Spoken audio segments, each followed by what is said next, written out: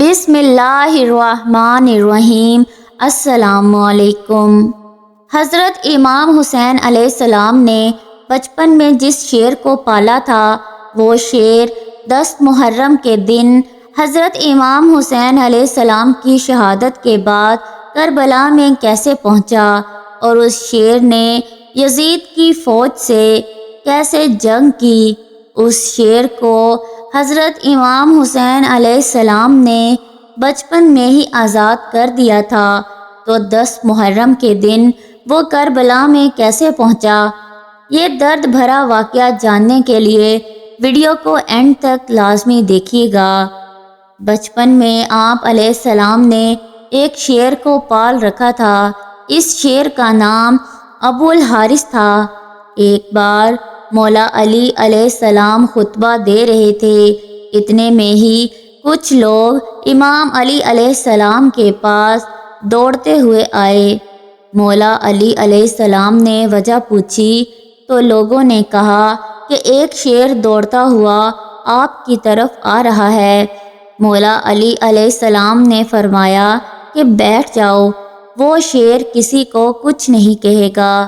یہ بات ابھی تک ختم نہیں ہوئی تھی کہ ایک بہت بڑے شیر نے امام علی علیہ السلام کے قدموں میں سر رکھ کر سلامی دی۔ شیر نے اپنا چند ماہ کا بچہ مولا علی علیہ السلام کی خدمت میں پیش کیا اور کہا کہ اے پیارے علی، میں اس کا باپ نہیں، میں اس کی ماں ہوں۔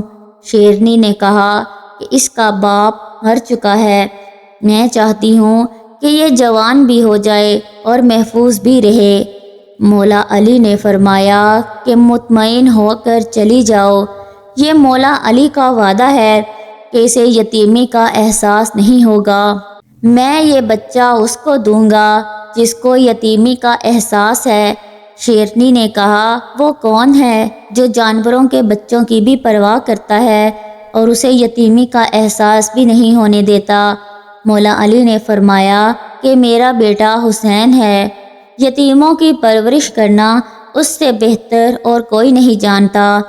مولا علی نے شیرنی کے بچے کو امام حسین علیہ السلام کے حوالے کر دیا۔ امام حسین علیہ السلام نے شیرنی کے بچے کو گود میں لیا اور فرمایا آج سے اس بچے کا نام ابو الحارث ہے۔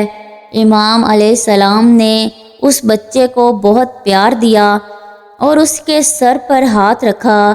ابو الحارث کی بچپن سے ہی امام علیہ السلام کے ساتھ دوستی ہو گئی۔ امام علیہ السلام جہاں جہاں بھی جاتے شیرنی کا بچہ آپ کے ساتھ جاتا۔ اس شیر کو حضرت امام حسین علیہ السلام کے ساتھ بے انتہا محبت تھی۔ جب شیر بڑا ہوا تو کچھ لوگ حضرت علی علیہ السلام کی خدمت میں حاضر ہوئے اور کہنے لگے کہ اب یہ شیر بڑا ہو گیا ہے، ہمیں اس سے خوف آتا ہے، ہمیں اس سے خطرہ ہے، یہ ہمیں نقصان پہنچا سکتا ہے۔ مولا علی علیہ السلام گھر میں تشریف لائے اور امام حسین علیہ السلام سے فرمانے لگے اے پیارے بیٹا، میں نہیں کہہ رہا، لوگ کہتے ہیں کہ شیر اب جوان ہو چکا ہے، ہمیں اس سے خطرہ ہے۔ بیٹا، لوگوں کو اس سے ڈر لگتا ہے، بیٹا ابو الحارث کو آزاد کر دو۔ یہ سننا ہی تھا کہ امام حسین علیہ السلام کی آنکھوں میں آنسو آ گئے۔ امام حسین مولا علی کی طرف دیکھ کر مسکرائے اور اپنے بابا کے گلے میں باہیں ڈال کر مسکرا کر کہنے لگے جی بابا، جیسے آپ کا حکم۔ لیکن اس کے ساتھ ہی امام حسین علیہ السلام کی آنکھوں سے اتنے بڑے بڑے آنسو آپ کے رخسار پر آ گئے۔ امام حسین علیہ السلام نے فرمایا کہ اے بابا، آج کے دن ٹھہر جائیے، کل میں اس کو آزاد کر دوں گا۔ پیارے علی نے فرمایا اے بیٹا، آج کے دن تم کیا کرو گے؟ تو امام حسین علیہ السلام نے فرمایا اے بابا جان، دیکھیے شام ہو چکی ہے، اس وقت شیر کہاں جائے گا؟ یہ وقت نہیں ہے کسی کو گھر سے نکالنے کا۔ مولا علی علیہ السلام مسکرائے اور امام حسین علیہ السلام کو سینے سے لگایا۔ جب فجر کے وقت حضرت امام حسین علیہ السلام نماز کے لیے اٹھے، امام حسین علیہ السلام شیر کو خوراک دینے کے لیے گئے تو شیر نے کہا، اے مولا، آج اتنی جلدی احسان؟ تو امام حسین علیہ السلام نے پورا واقعہ شیر کو بتایا۔ شیر نے کہا کہ ٹھیک ہے مالک، میں جاتا ہوں، لیکن ایک شرط ہے کہ ایک دفعہ ملاقات ضرور ہو۔ تاریخ میں لکھا ہے کہ امام حسین علیہ السلام نے فرمایا کہ ٹھیک ہے، دن یاد رکھ لو، 61 ہجری 10 محرم کا دن میدان کربلا کے ٹیلے کے پاس سے تمہیں ایک آواز آئے گی، بس تم اس آواز پر چلے آنا، مجھ سے ملاقات ہو جائے گی۔ ابو الحارث نے فرمایا کہ مولا، آواز کون دے گا، آپ؟ تو آپ نے فرمایا نہیں۔ شیر نے کہا، تو آپ کے بھائی عباس؟ تو آپ نے فرمایا نہیں۔ امام حسین علیہ السلام رو کر فرمانے لگے کہ میری 4 سال کی بیٹی سکینہ تمہیں آواز دے گی، یا پھر اماں فضا تمہیں آواز دے گی۔ ناظرین، آج بھی کربلا میں وہ مقام موجود ہے جہاں کھڑے ہو کر اماں فضا نے آواز دی تھی۔ اس کے بعد امام حسین علیہ السلام نے ابو الحارث کو آزاد کیا اور فرمایا، اے ابو الحارث، تم ملک عراق میں چلے جاؤ، وہاں ایک جنگل ہے، اس جنگل کا شیر مر چکا ہے، تم وہاں جاؤ اور وہاں جا کے بادشاہی کرو۔ اس طرح ابو الحارث حضرت امام حسین علیہ السلام کا حکم مان کر مدینے سے چلا گیا۔ 61 ہجری 10 محرم کے دن جب امام علیہ السلام کے بدن سے آپ کے سر کو جدا کر دیا گیا تو عمر بن سعد کا حکم ہوا کہ آپ کے جسم مبارک سے گھوڑے دوڑائے جائیں۔ یہ آواز سن کر اہل حرم میں جیسے قیامت آ گئی ہو۔ جیسے ہی افواج اشقیاء میں یہ اعلان ہوئے تو بی بی فضا حضرت زینب رضی اللہ تعالی عنہ کے پاس آئیں اور فرمانے لگیں، اے میری پیاری بیٹی، رسول اللہ صلی اللہ علیہ وآلہ وسلم کا ایک صحابی تھا جو ایک سمندر میں کشتی پر سفر کر رہا تھا اور اس کی کشتی ٹوٹ گئی۔ وہ کشتی کے ایک لکڑی کے ٹکڑے پہ سفر کرتا ہوا ایک جزیرے پر پہنچا۔ اس جزیرے میں ایک صحابی نے ایک شیر کو دیکھا۔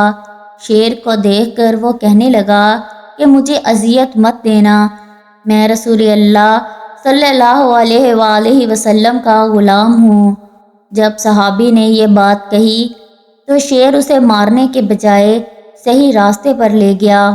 بی بی فضا نے فرمایا کہ اے میری پیاری بیٹی، اس علاقے میں بھی ایک شیر رہتا ہے، آپ مجھے اجازت دیجیے کہ میں اس کے پاس جا کر اس شیر کو بلاؤں اور ظالموں کے ارادے سے اسے آگاہ کرتی ہوں۔ بی بی زینب رضی اللہ تعالی عنہ نے اجازت دے دی۔ بی بی فضا جنگل کی طرف آئیں۔ جیسے ہی بی بی فضا نے ابو الحارث کہہ کر صدا دی، فوراً شیر بی بی فضا کے پاس پہنچ گیا۔ بی بی فضا نے شیر سے فرمایا، اے ابو الحارث، کیا تجھے معلوم ہے کہ امام حسین علیہ السلام کا جسم مبارک ظالم کربلا میں پامال کرنا چاہتے ہیں اور لاش پر گھوڑے دوڑانا چاہتے ہیں؟ یہ سن کر وہ شیر بی بی فضا کے پاس ان کے ساتھ آ گیا اور آ کر حضرت امام حسین علیہ السلام کے جسم مبارک کے پاس آ کر بیٹھ گیا۔